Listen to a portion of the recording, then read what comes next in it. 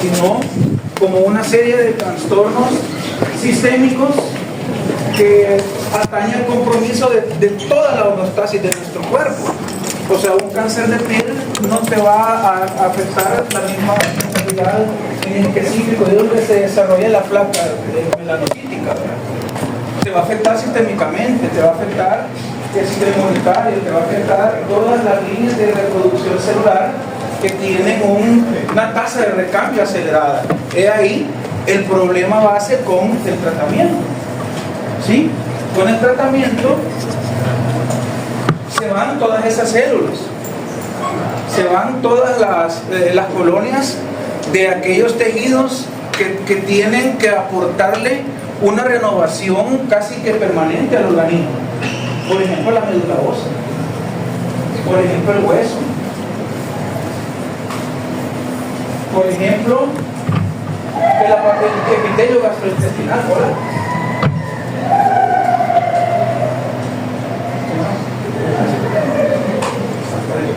Por ejemplo, la piel, por ejemplo, los folículos pilosos.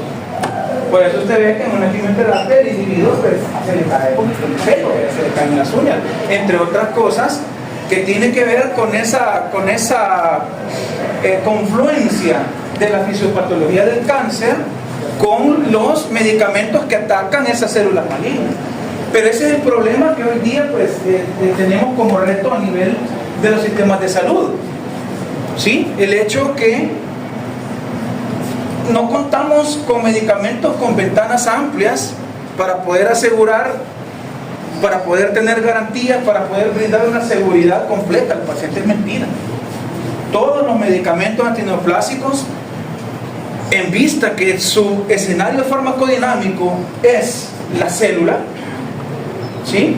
Y los procesos metabólicos y de crecimiento y señalización celular, tienen un margen terapéutico bien estrecho y en algunas situaciones esos efectos adversos sirven como limitantes de dosis o limitantes de tratamiento.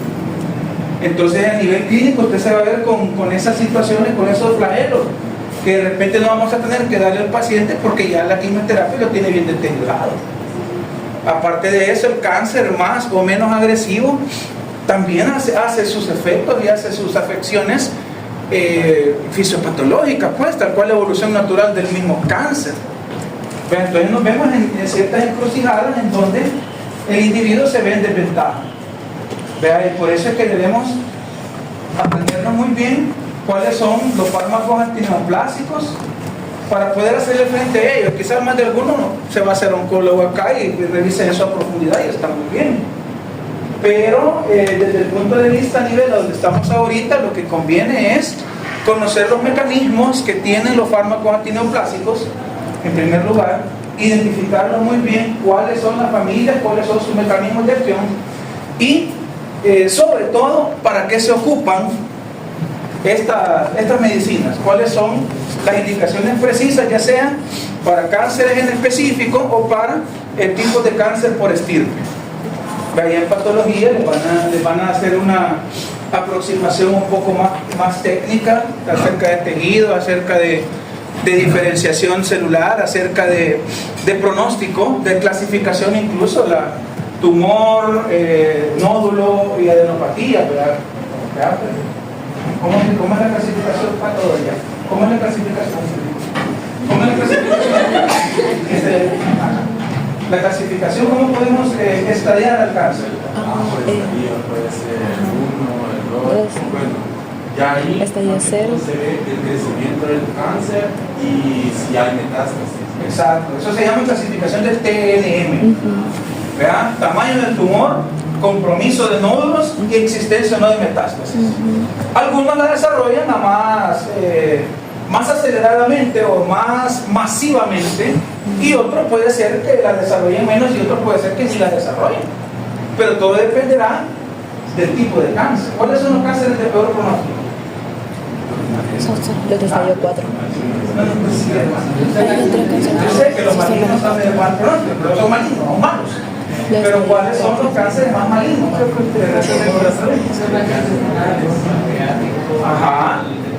De órganos, ajá. Los gastrointestinales. los de pulmón. Jonathan, ¿dónde está Jonathan? Ah, muy bien. ¿Cuánto duró tu paciente? Contame. 2 meses.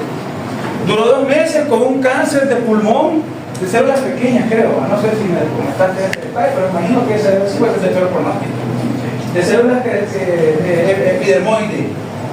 Vea, hay algunos naturales, pero el pulmón, ahí estamos hablando de malignidad per se. ¿Ya?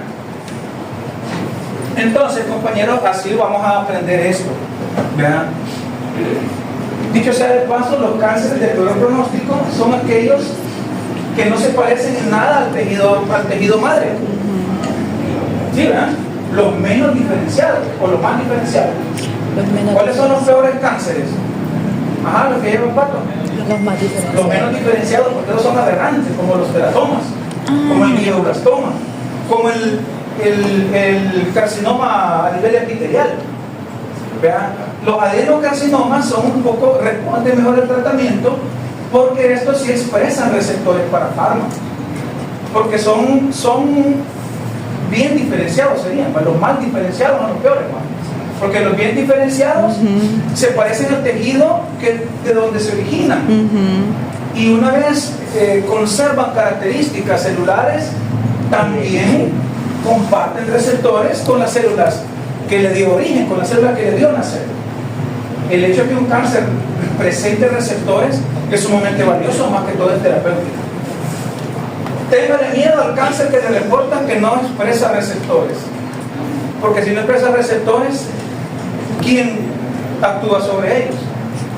Nadie. ¿Qué medicamento vamos a utilizar para erradicarlo? Entonces quiere decir que le damos pauta al mismo cáncer para que siga creciendo. Y por más que operemos, por más que hagamos quimio, radio, o sea, no. Entonces todas estas situaciones ustedes van a ir adquiriéndolas en su momento, pero no está de más que conozcamos, ya una vez existe la articulación del conocimiento clínico, tisular, fisiopatológico, que se lo aprenderán en patología, pues ya saben cuáles son por lo menos las líneas básicas o generales bajo las cuales se trata el cáncer. El cáncer, como les decía, es una situación epidemiológica sumamente importante, porque saben que el cáncer es la principal causa de muerte a nivel mundial. Sí. Se mueren alrededor de 250 millones de personas de cáncer en el mundo. ¿Sí? Cada 3-4 años. Tiene la prevalencia más alta incluso que la diabetes, que la hipertensión y todo lo de la crónico-degenerativa que ustedes se imaginan. 1 de cada 6 muertes en el mundo es por cáncer. Imagínense, 1 de cada, o sea, de 6 personas que mueren al día, 1 de esas se murió de cáncer. Y se mueren 12, 2 de ellas se murieron de cáncer. Si se mueren 18, 3 de ellas se murieron de cáncer. Y así podemos ir haciendo la comparación estadística desde el punto de vista epidemiológico. Imagínense 100 personas, imagínense 1000. Estamos hablando, si de 1000, estamos hablando ahí de ¿qué? Alrededor de 200 personas que se mueren por cáncer. O sea, como por nacer, papá. Como dice la patología de Robin, lo mejor no nazca. Sí. Lo mejor no nazca. El Robin tiene 2 partes. La primera es el prólogo, el índice. El simple hecho de vivir ya es un riesgo para que venga un cáncer. Ahí está, mejor no nazca. Sí, claro. Por gusto. Entonces, esto es importante. O sea, y fíjense que no digamos, con que usted que va a poner 5 fluoresceínas, como el ejemplo de un polo está bien. Pero miren, muchos de los cánceres se manifiestan como cualquier gripe, como cualquier diarrea, como cualquier pérdida de peso, como cualquier anemia. ¿Sí? Pero lo importante es mantener activo, ¿sí? Mantener sensible ese chip clínico de andar pensando siempre lo peor. ¿Ya? Es una manchita, es un granito. Ah, pues sí, no voy a hacer un melanoma, porque así empieza. Manchita negra, así chiquita, más que todo en la cara, en el área del triángulo facial. Eso es un melanoma, para no demostrar lo contrario. ¿Ya? Entonces, ¿qué sucede? El primer nivel, el primer contacto que tiene el paciente que inicia con cáncer, el primer contacto con el sistema de salud va a ser usted. No va a ir el paciente ir del oncólogo por una tos. Y de esa tos, olvídese, o es tuberculosis, o VIH, o cáncer de pulmón. Cualquiera de esas alternativas. Una tos crónica. Llámese por ahí la definición de cáncer sintomático respiratorio. ¿Qué es un sintomático respiratorio? Que presenta síntomas. ¿Vale?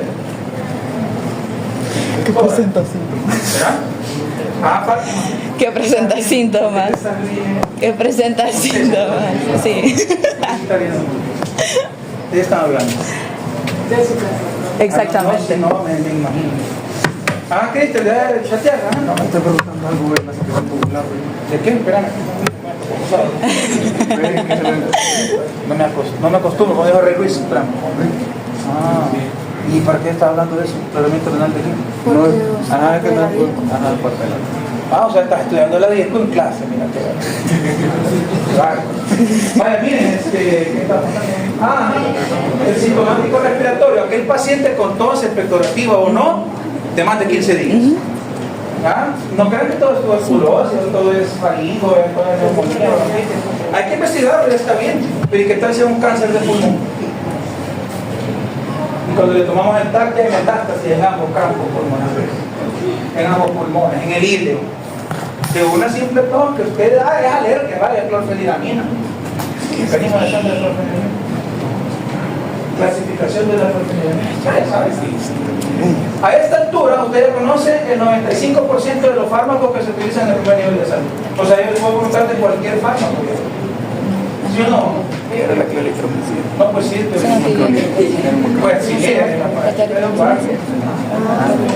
de primera generación, pero le dimos para todos. Y resulta que vive de los pacientes con un gran cáncer, con un gran cangrejo, con los hígados tomados, con una adenopatía en el hígado y todo eso, y empezó a bajar de peso. Y a esa altura, probablemente podemos hacer, sí, pero no tanto. 2 años de vida. 2 años de vida. ¿Ya? Entonces, ¿qué les quiero decir con esto? Mantengamos siempre ese pensamiento, ese chip activo, como les repito, de detectar riesgos. En la quimioterapia del cáncer vamos a hablar de 2 cosas básicas e importantes. Que la farmacología de Boland lo describe de una forma muy estratégica. 2 líneas de tratamiento por el cáncer. El primero, el DNA, el proceso de replicación, el proceso de la reproducción celular y de la participación de organelos en los mismos procesos mitosis y meiosis. Esa es una línea, una vertiente que va por un grupo de antineoplásicos. Y el otro grupo de antineoplásicos lo vamos a clasificar o vamos a tratar de sistematizarlos en lo que actúan en la señalización en los mecanismos de señalización celular, es decir, en los procesos de receptores en los que interactúan con segundos mensajeros como los trifosfatodinositol, como el calcio, como el JAK-STAT, como receptores mTOR, receptores ubiquinina y muchos de los que vamos a mencionar ahora. Digo mencionar porque sería imposible hablar de cáncer y de tratamiento en 1 hora, es baja, es mentira. Vea, aquí vamos a hablar generalidades que luego pues usted la revisa en su bibliografía y estamos pues a responder cualquier duda que a partir de la lectura crítica se genere. Pero sí, como le digo, existe una línea importante de desarrollo en terapéutica contra el cáncer hoy en día. Y es que el problema es este: ¿hasta qué punto las células extrañas se extinguen cuando usted utiliza un medicamento antineoplásico? No puede dejar. ¿Hasta qué punto esa ventana es tan verdad de sí para poder decir que un antineoplásico es seguro o no seguro? O un tanto seguro o muy poco seguro. ¿De qué va a depender de eso? De la manera en cómo desarrolle este proceso de toxicidad selectiva. Porque al fin y al cabo, las células neoplásicas, aunque sean propias, el cuerpo las considera como extrañas, las considera como parásitos, así como vimos en la unidad anterior, ¿verdad? Y los parásitos se manejan matándolos, con los mecanismos del GABA que los paralice, todo eso que ya aprendimos de Platelmintos, de nematos, trematos, estos, amigos, todo eso. Que me imagino que se recuerda todavía. Sí, vendasol, albendazol. Ajá, ya no lo voy a preguntar porque no. Entonces el cáncer igual se trata de la misma manera.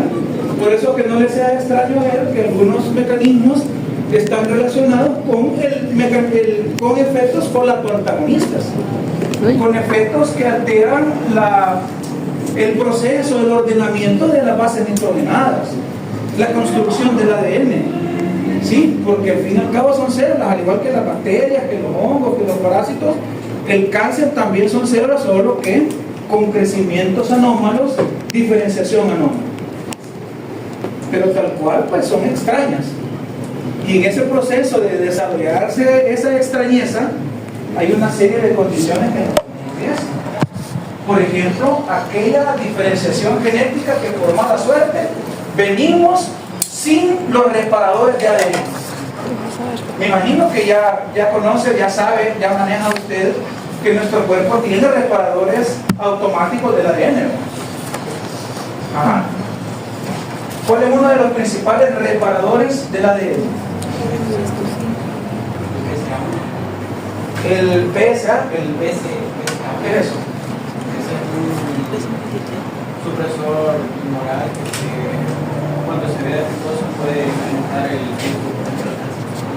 Muy bien, excelente, vea, ese puede ser, sí, claro que sí. Pero uno de los más identificados es el P53. ¿Usted se acuerda del P53? ¿Qué es lo que hace el P53? A ver, ¿quiénes recuerdan qué hace el P53?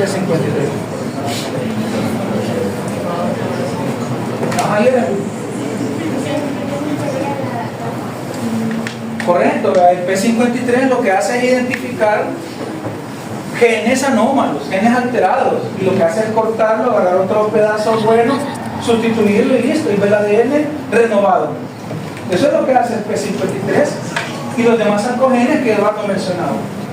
Pero a veces puede ser que no vengamos con esos correctores de nuestro ADN y entonces caeremos al riesgo de exponernos al ambiente, a la radiación, a los ultraprocesados, a los microplásticos, y sumarle la herencia, sumarle el humo de los buses, sumarle un montón de cosas que al final, por situaciones broncas celulares o por epigenética, terminan poniéndonos en desventaja y desarrollando cáncer. Así es. Pero no es que el ambiente te dé cáncer, que hay por ahí algunas líneas de conspiranoicas que te dicen que no te vacunes y que el cáncer no existe y que el cáncer es un experimento de los niños para ver cómo reacciona la gente. No me entienden ustedes en esa tontería. El cáncer, como, bueno, toda patología, incluyendo la que estamos viendo ahorita, tiene un proceso de padecer. Por eso en comunitaria les enseñan el proceso, salud, enfermedad, la causalidad socionatural del proceso de enfermar. Si no diga por qué dice que no. Si la sucedencia de enfermar, tienen que coincidir una serie de factores que lo ponen a uno en vulnerabilidad. Genéticas, ambientales, personales, epigenéticas, todo lo que acabamos de mencionar. Y el cáncer no es ajeno a eso. Bueno, virus. Bueno, ayer se descubrió que el Epstein-Barr virus, ya saben que es el Epstein-Barr virus, ¿verdad? Pues el Epstein-Barr virus, ayer salió el último artículo, bueno, entonces, hoy estamos a 18.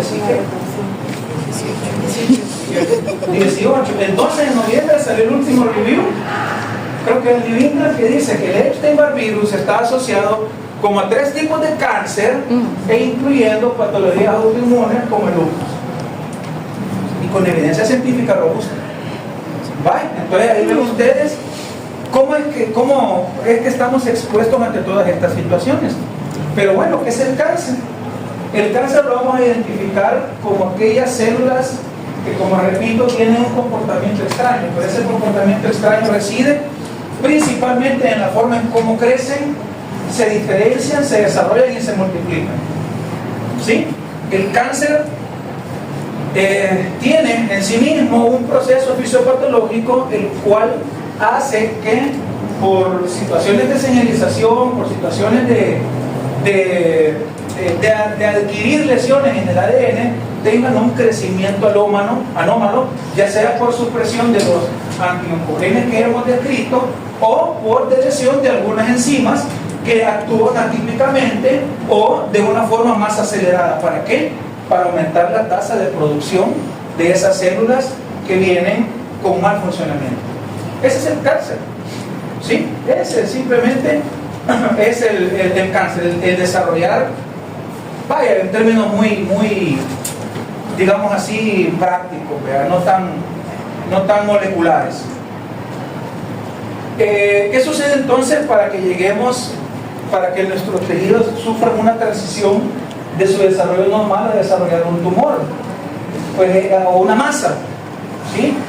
Pues ese proceso implica daños, implica situaciones que procuran una multiplicación acelerada de esas mismas líneas, de esas mismas colonias. En ese sentido, quien da paso a que el cáncer crezca, se desarrolle, se metastatice, son los procesos de proliferación al fin y al cabo. Y por eso retomo, son también los eventos, ¿sí? Los eventos celulares que concebimos como objetivos farmacológicos, ¿verdad? Por ahí pues las mutaciones en los genes también que controlan los procesos de crecimiento, la mitosis y la meiosis. ¿Qué es la mitosis? La división de las células. Regresamos a biología, pues para comprender cáncer estudiamos biología, ¿verdad? Biología general, biología humana, fisiología y todo eso. Los procesos de reproducción celular son los que se codifican mal. Y por eso es que de repente ahí andamos con las masas, con las tumoraciones que aparecen en respuesta a ello. ¿Cómo es el comportamiento de esa tumoración que ha procurado crecer en un paciente? Pues estas no respetan las líneas de crecimiento, ¿verdad? No respetan los procesos básicos de la biología humana. Se dispersan, se diferencian mal y al crecer desarrollan efectos mecánicos por crecimiento de masa, alterando tejidos aledaños, pero sobre todo compitiendo con tus células por tu energía y tu oxígeno. Incluso el cáncer es tan maligno, tan tóxico, tan perverso, que cuando ve que no le alcanza la energía, hasta abre nuevos vasos sanguíneos para comer. ¿Cómo se llama eso?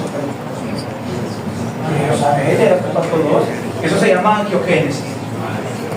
Angiogénesis. ¿Angio qué es angio? Vaso sanguíneo. ¿Y génesis?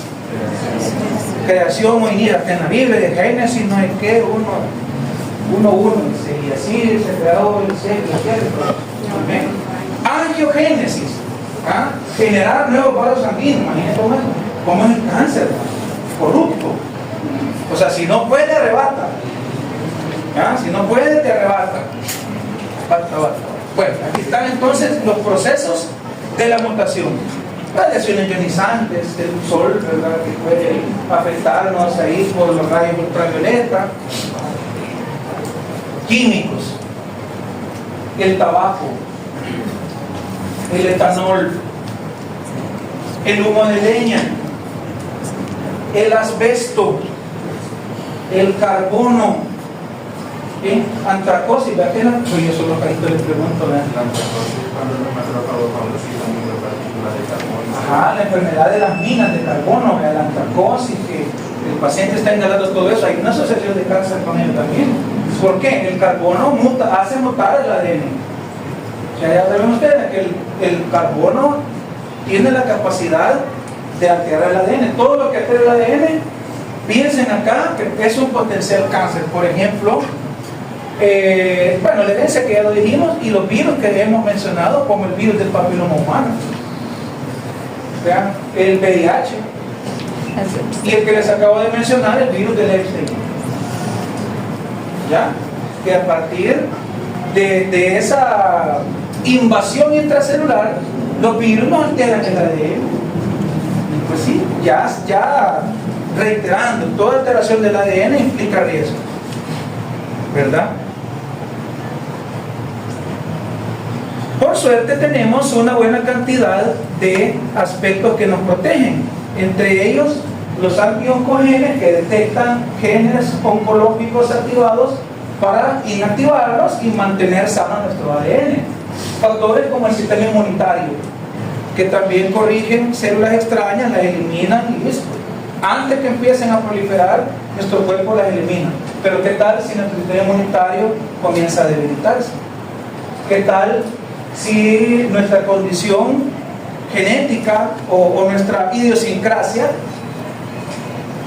refleja una escasez de oncogenes? ¿O qué tal si consumimos químicos o nos exponemos a químicos que matan a los antioncogenes o los inactivos? Por ejemplo, con lo que hablábamos del tabaco, lo que hablábamos con el etanol, lo que hablábamos con el sobrepeso y obesidad, los mismos virus. Todo esto lleva una vía común de alterar estas situaciones, ¿ya? Alterar nuestra inmunidad e inactivar o hacer incompetentes a nuestros propios antioncogenes. Y ya esto de por sí nos pone en riesgo, ¿ya? Y todo esto evoluciona, por eso es que los cánceres nunca se van a acabar, porque nuestra exposición al medio es permanente, es indefinida. Por eso es que ahora usted alergia que antes no daban tanta alergia. Por ejemplo, mencionaba, puede sonar así risible, ¿verdad? Que 2000 años comiendo pan y levaduras, y hoy resulta que en los últimos 10 años que somos alérgicos al gluten o intolerantes al gluten.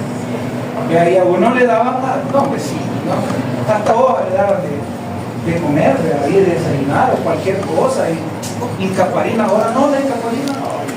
Diga algo, ay, no sé, ¿verdad? Entonces, su hijo es, no, entonces, ¿qué pasa?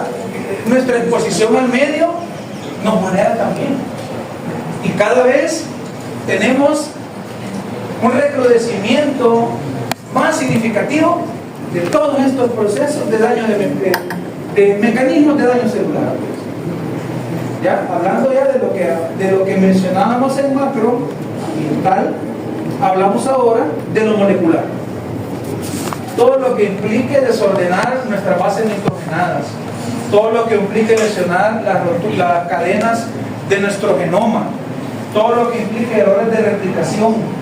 Miren las nitrosaminas. ¿Qué son las nitrosaminas? A ver, ¿quién me dice? Salud. En martes te agarró, Cristian.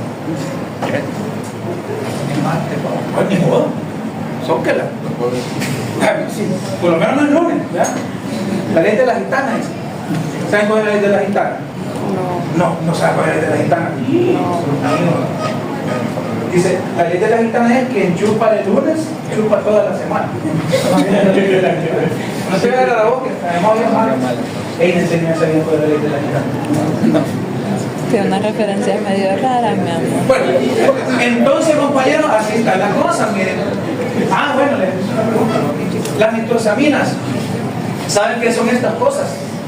Están en el agua, están en los quesos procesados, en los jamones, en las carnes, en los productos de las aves, ¿vean? En el ganado, la carne con la que nos alimentamos.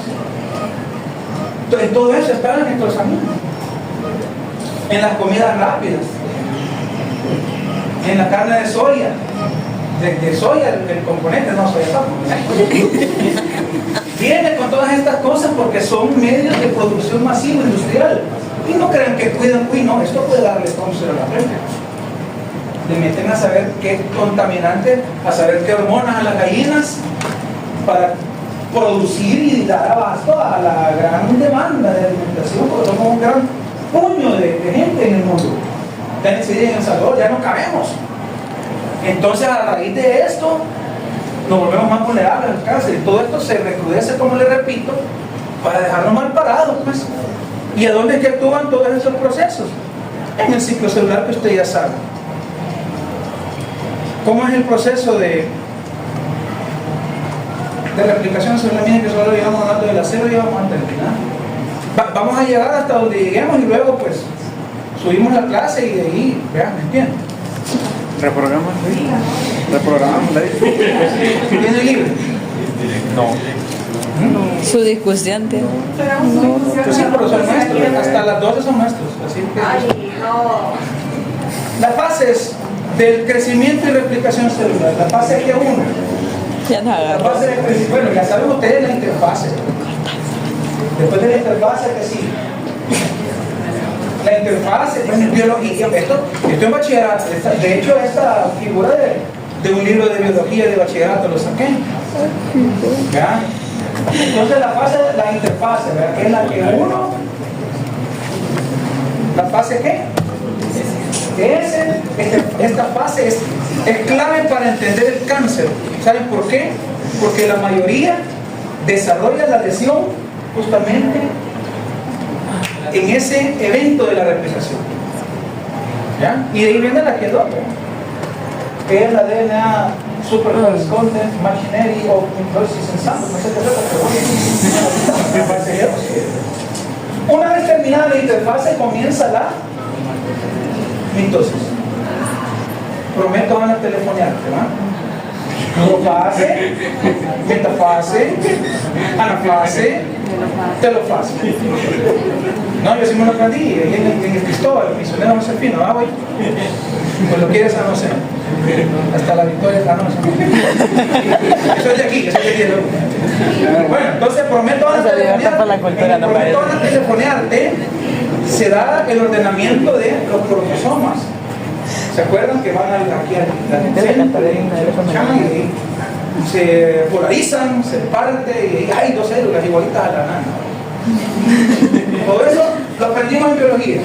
Prometo van a tener por telefonearte de la citogénesis y da lugar a la meiosis, que tiene dos procesos de diferenciación mayor, en donde produce 4 células hijas, pero con la migra del ADN de la mamá. ¿Y se acuerdan de eso?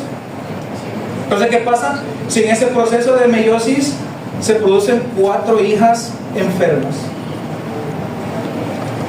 y de ahí otras 4 y de ahí otras 4 y ahí el tejido es la médula ósea, donde tenemos que a partir de la estimulación de la misma, la médula ósea del hueso, ¿no? La médula ósea, sí, aquí ay, no está ahí el compañero, ¿verdad? Que me dijo eso. Bueno, entonces así está la cosa. Y aquí va el proceso, ¿no? La reproducción celular.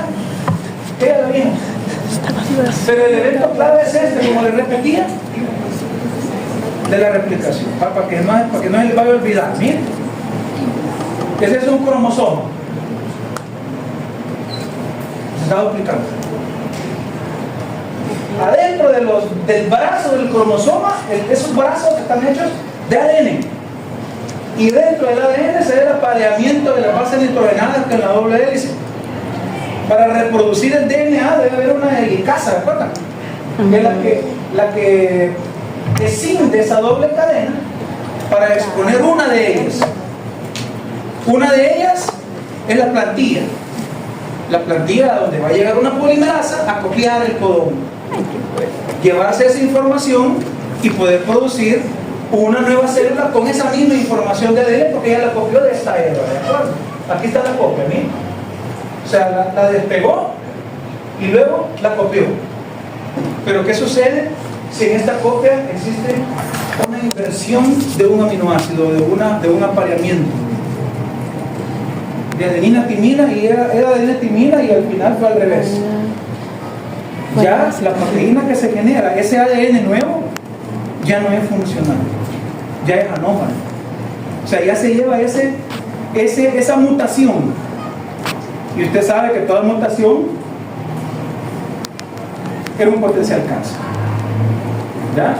En esta base que vamos acá, mira, ahí está todo lo que aprendimos en biología y pueden molecularmente estropearse todos estos procesos de unión de azúcares, de los 5 riboazúcares, que no sé qué, que al final pues, son los que le dan la fortaleza al ADN. Hasta esto mismo se puede lesionar, hasta estas enzimas que van procurando la copia de la base del ADN pueden lesionarse para codificar a futuro células anómalas. Una vez se tiene la información, pues vamos al proceso de mitosis. Al proceso de mitosis. Entonces ahí se va ordenando el ADN, los cromosomas, miren. Ahí está. Eso ya lo vieron en biología, ¿verdad? La información genética se alinea en la línea media para luego descendir los brazos del cromosoma y migrarlos hacia los polos. ¿De dónde viene esa información de las células hijas? Porque vamos a partir de la mitad esa célula madre, que lleva en cada polo información del 100% de la información genética base. ¿Ya? Entonces se da la mitosis. Dos células madres con idéntica información, dos células hijas, perdón, con idéntica información a la célula madre. ¿Ya? ¿Qué sucede en la meiosis? Quedamos claros entonces que en el proceso de las primeras fases la replicación del DNA es la crítica, ¿ya? Y eso es importante porque eso es uno de los mecanismos básicos de los cánceres y de las mutaciones. Acá en la meiosis, el otro proceso importante son estos, que son los microtúbulos. Los microtúbulos y su dinámica variante en el proceso de replicación meiótica es importante porque aportan nutrientes. Le dan la codadura anatómica o estructural de la célula para que pueda acomodar ya no solo dos células, sino 4, pero con la mitad, repito, de la información genética de la célula madre. Los telómeros, los microtúbulos son los que procuran hacer migrar en el 50% exacto la información en polo superior e inferior para luego quedar a disposición de segmentar esa célula madre y, como repito, dar producto a 4 de ellas igualitas. ¿Ya? Biología básica. ¿Por qué me interesa eso? Porque existen medicamentos que alteran a los microtúbulos y sus mecanismos, con lo cual se ha encontrado alguna utilidad antineoplásica, lo cual es sumamente importante en el aporte de la oncología. Al final lo que tenemos, pues, ya el ordenamiento del ADN, todos los procesos biológicos que anteriormente observamos, y cuáles son los fármacos que caen acá. Por ejemplo, la metacopurina y la tioguanina, que inhiben enzimáticamente el proceso de la formación de folatos hacia las bases nitrogenadas, quedando a nivel de estricina. Medicamentos como la hidroxiurera, que no solo sirven para el cáncer, sino también para otras patologías autoinmunes, pues alteran acá el paso de ribonucleótidos a desoxirribonucleótidos. La fludarabina, la citarabina y la cladribina, que también desordenan la forma en que el ADN quiere articularse, quiere llevar a cabo su proceso de síntesis. Muy bien, todo esto puede ir avanzando, pues ya lo hemos explicado. Sí me interesaría que avanzáramos en los fármacos. Ahorita empieza la clase. Hablamos entonces primero del escenario, ¿verdad?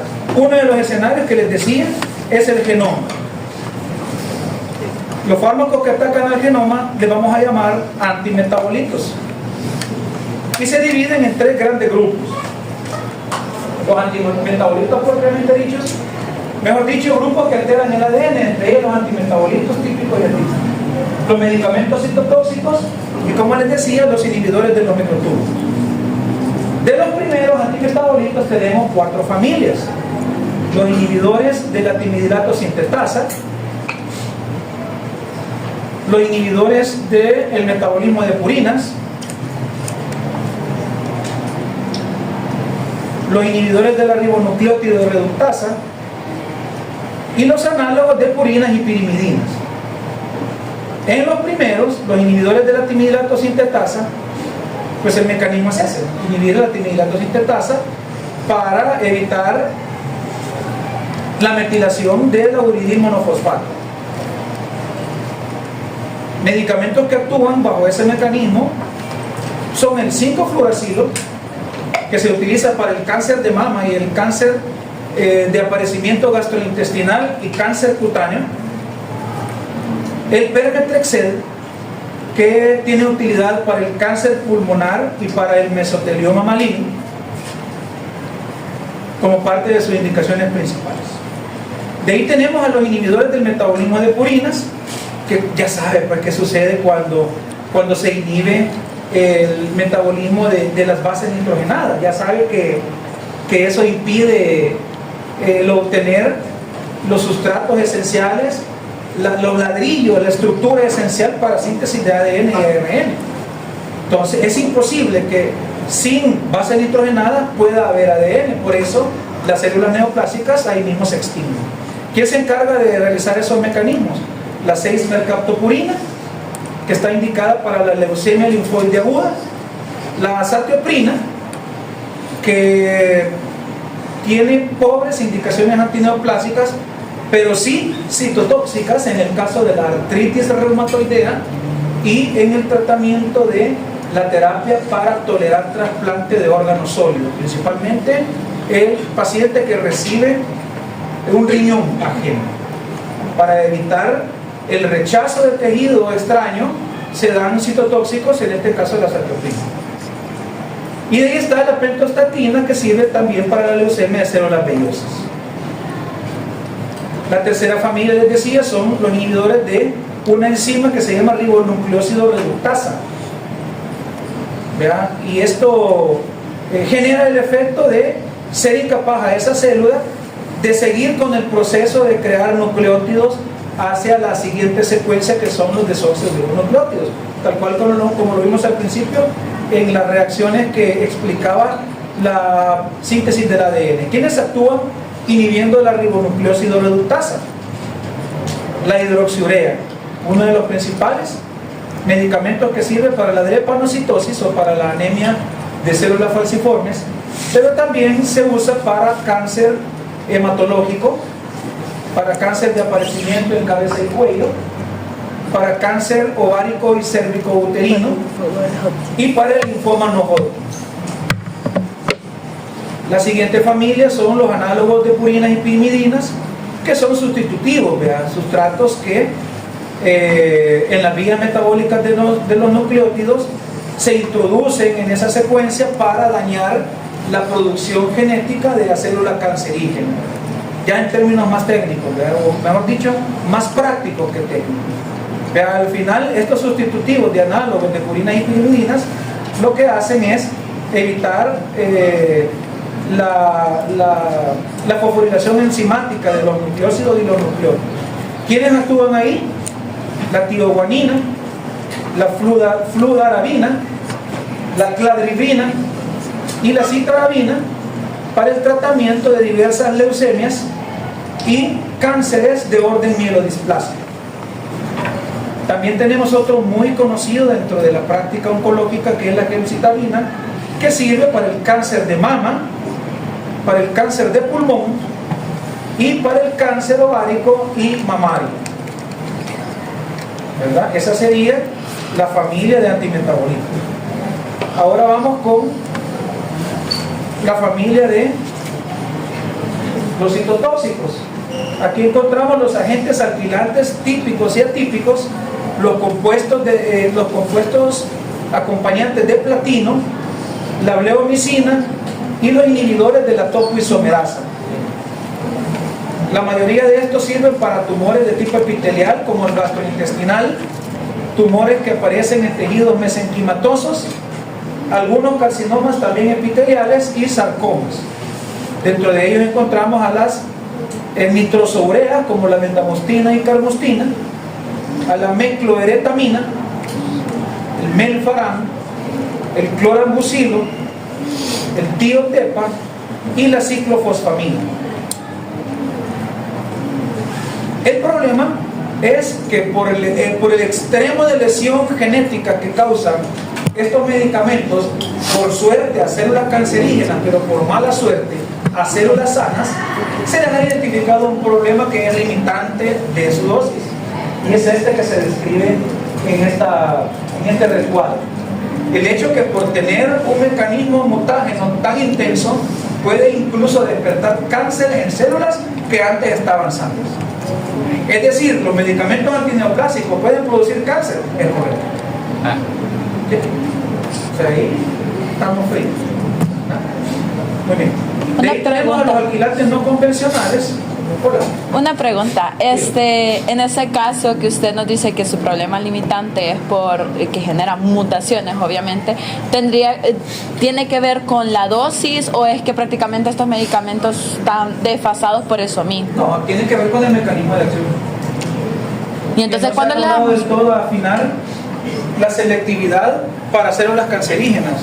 Y como te digo, despierta oncogenia en células que todavía no tienen metástasis. ¿Y entonces cuándo se lo podemos dar? ¿O es mejor, o es preferible darle otro?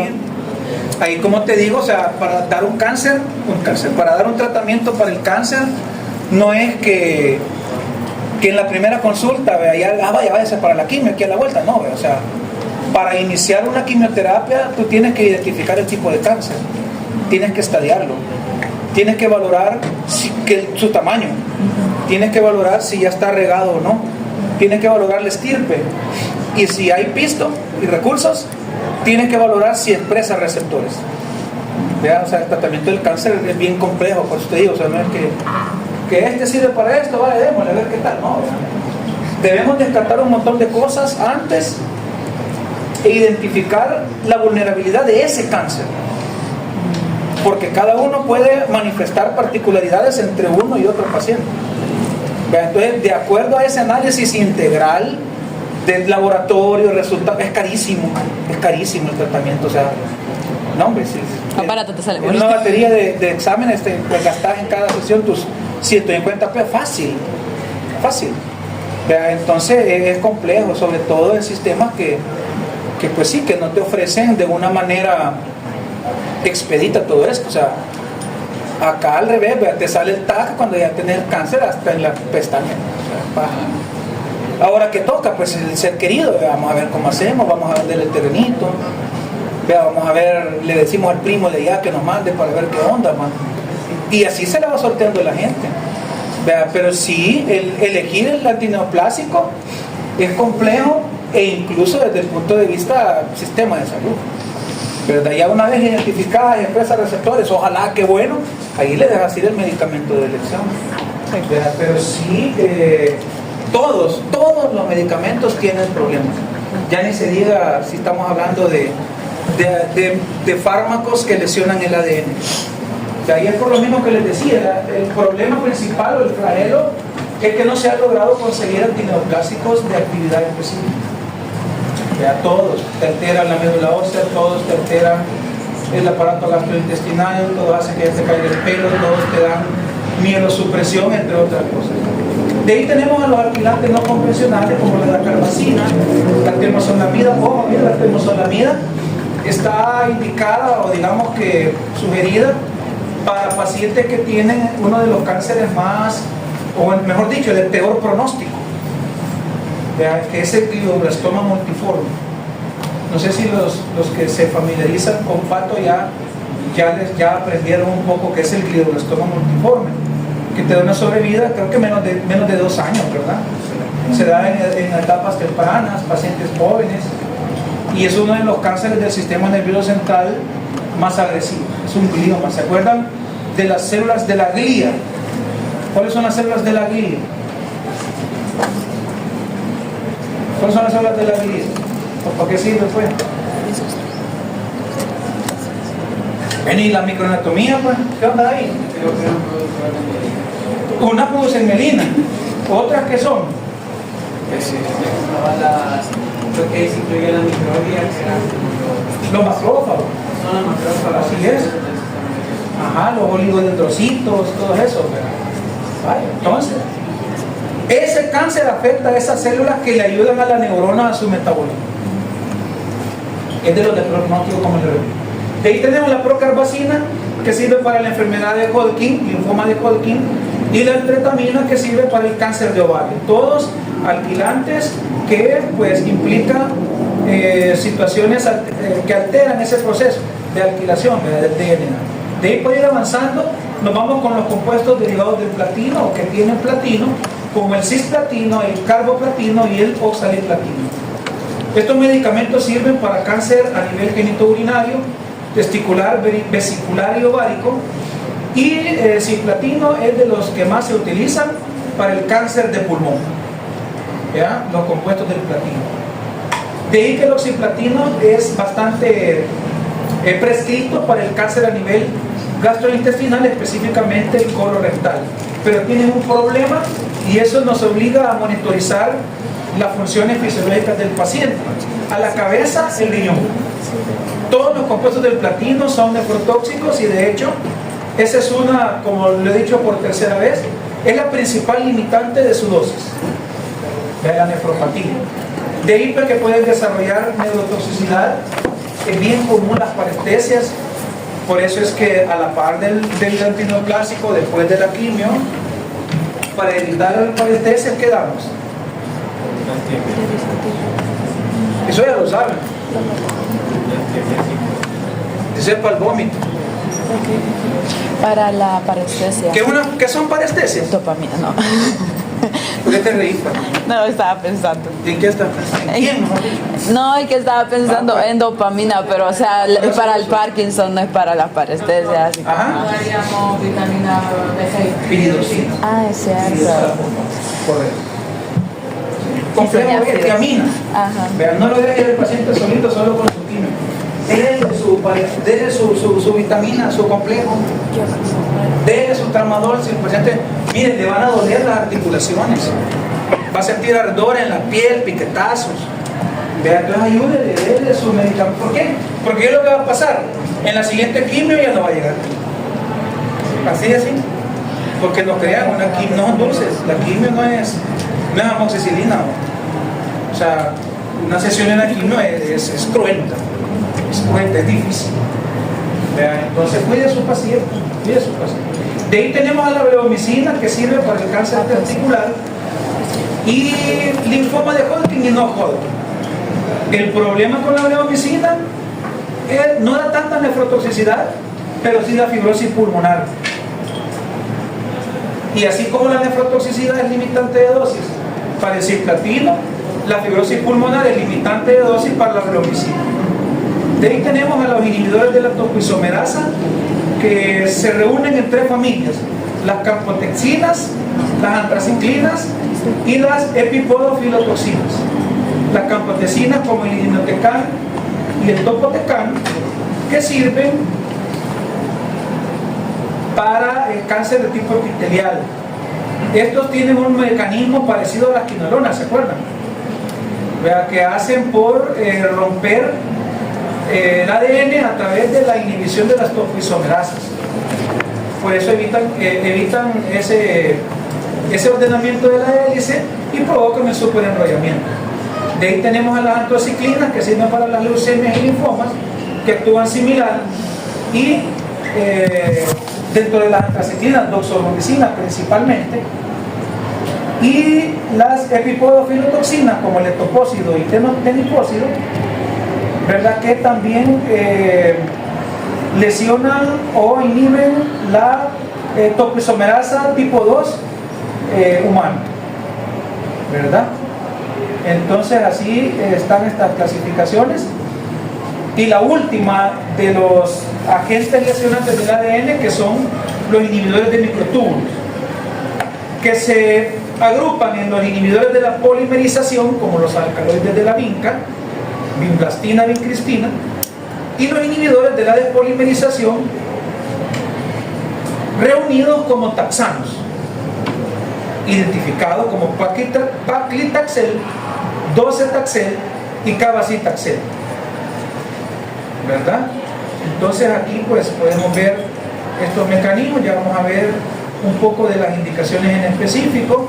Lo mencionado, cuál es la función de los microtúbulos en su dinámica de facilitar los procesos de replicación celular, ¿verdad?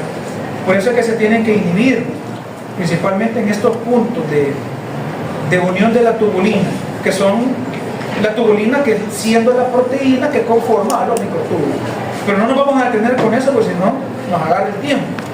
Vea, quedémonos con que la vinclastina y vincristina inhiben a los microtúbulos.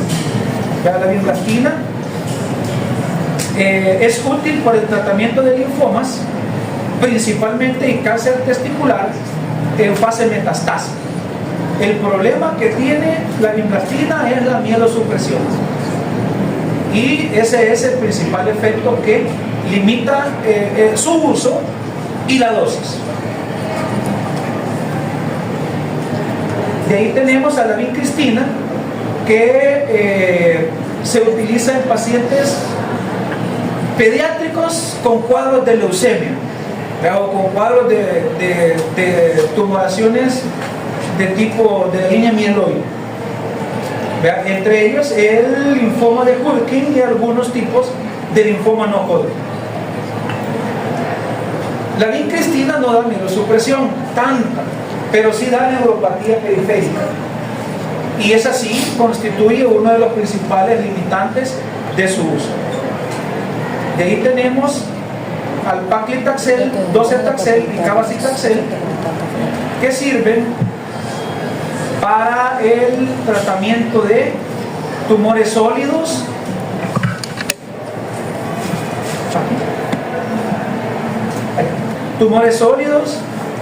a nivel hepático, a nivel gastrointestinal, cáncer de mama, cáncer de ovario,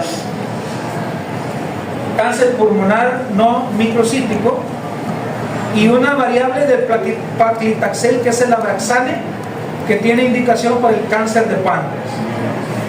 Dentro de los efectos adversos está la hipersensibilidad, pero lo principales son las mialgias, la mielosupresión y sobre todo la toxicidad pulmonar,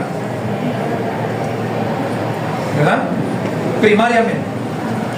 Secundariamente, el paclitaxel puede dar neuropatía periférica también. De ahí tenemos al docetaxel, que tiene indicaciones para cáncer de mama, cáncer de pulmón y cáncer de próstata. El docetaxel no causa neuropatía, pero sí causa mielosupresión y es muy intensa. Por eso es que pues, se debe tener mucho cuidado con ella, ¿verdad? Ahí tenemos el último de los taxanos aprobados, que es el cabazitaxel, que es útil para el tratamiento de cáncer de próstata, ¿verdad? Entonces, esa sería esta familia de inhibidores de microtúbulos, paclitaxel, docetaxel, cabazitaxel. Y les quiero mostrar esta tablita que se las voy a compartir para que identifiquemos en específico los medicamentos que son útiles para diferentes tipos de cáncer. Ahí pues encontramos esta lista de resumen, que para términos de simplificar pues va a estar disponible en la caseta también. Y para terminar, tenemos a los medicamentos antineoplásicos que actúan en la transducción de la señal. ¿Pero qué es la transducción de la señal? Son procesos que tiene la célula para llevar a cabo su desarrollo y crecimiento. La señalización celular es el proceso de interpretar una información externa e internalizarla para hacer funcionar a nivel intracelular los organelos, para hacer desarrollar y crecer a la propia célula. A veces esos modelos de transducción de la señal se ven afectados por los cánceres, y ahí tenemos una gran cantidad de ellos, como el factor de crecimiento endotelial, el factor de crecimiento epidermoide, el factor de crecimiento de fibroblastos, el factor de crecimiento endotelial vascular, entre otros que lo vamos a encontrar también en las láminas que les voy a compartir. ¿Cuáles son parte de los principales señalizadores celulares que sirven como dianas antineoplásicas? Lo que mencionaba Eduardo del cáncer de mama, ¿verdad? El ER2, que ojalá que todos los cánceres de mama identificaran ER2, porque estaríamos hablando de una cura con el trastuzumab. Vean, lastimosamente no todos los cánceres. Adiós, que le vaya bien.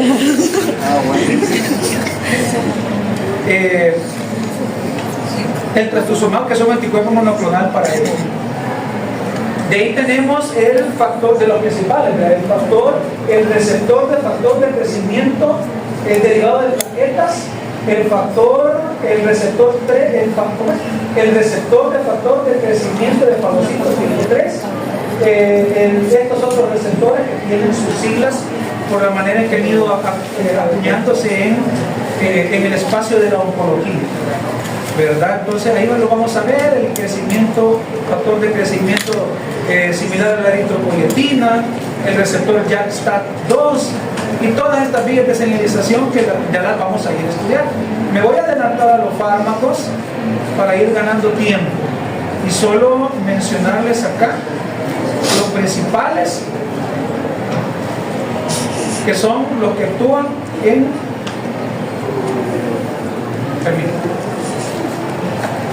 estas vías que les expongo acá.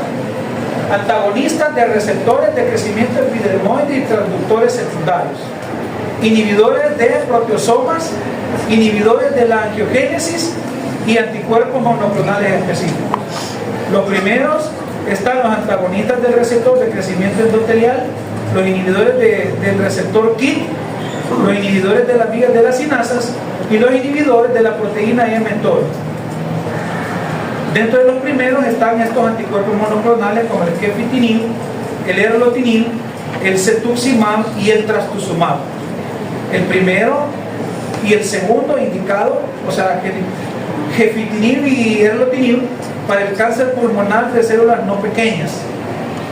Y de ahí, pues dentro de los principales, el trastuzumab ya mencionado, para el cáncer de mama metastásico, siempre y cuando sobreexprese receptores ERTOS. De ahí que los efectos adversos principales van ligados a la mielosupresión como limitante de dosis, la cual se ha descrito.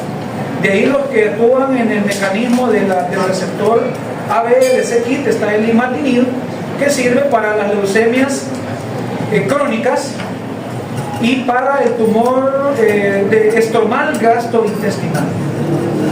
De ahí tenemos a los inhibidores de la vía de la RAS sinasa, como el sorafenib, que se utiliza para el cáncer de células renales y cáncer hepático. Luego tenemos a los inhibidores de la proteína mTOR, como el sirolimus o la rapamicina, que más que todo se utiliza para evitar el rechazo a trasplante de órganos sólidos. Para ir terminando, tenemos a los inhibidores de la angiogenia, clasificados en dos familias: los anticuerpos del factor de crecimiento vascular y los inhibidores del receptor de crecimiento vascular. De los primeros tenemos al bevacizumab, al ramucirumab y la talidomida, que sirven entre ellos para cáncer a nivel gastrointestinal, colorectal y para cáncer de células pequeñas. Vea, tenemos clase acá, vea, y solo aprendernos el sunitinib, que es un inhibidor del crecimiento endotelial vascular, y el pazopanib, vandetanib y cabozantinib, que sirve para el cáncer tiroideo, ¿verdad? Sería eso entonces lo que tendríamos para la clase de antineoplásicos. Nos vemos el jueves por la siguiente.